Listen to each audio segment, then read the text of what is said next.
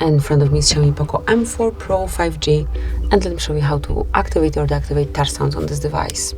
So at first, let's open the settings, then find and select sound and vibration right here. Scroll down, and here you will notice additional settings, I guess. Yep, and just tap on tap sounds. So from now on, they will be active. So as you can hear, they are active, and if you'd like to mute them, just unmark it and they are muted. So this is it. This is how you can activate touch sounds. Thank you for watching. Please subscribe our channel and leave the thumbs up.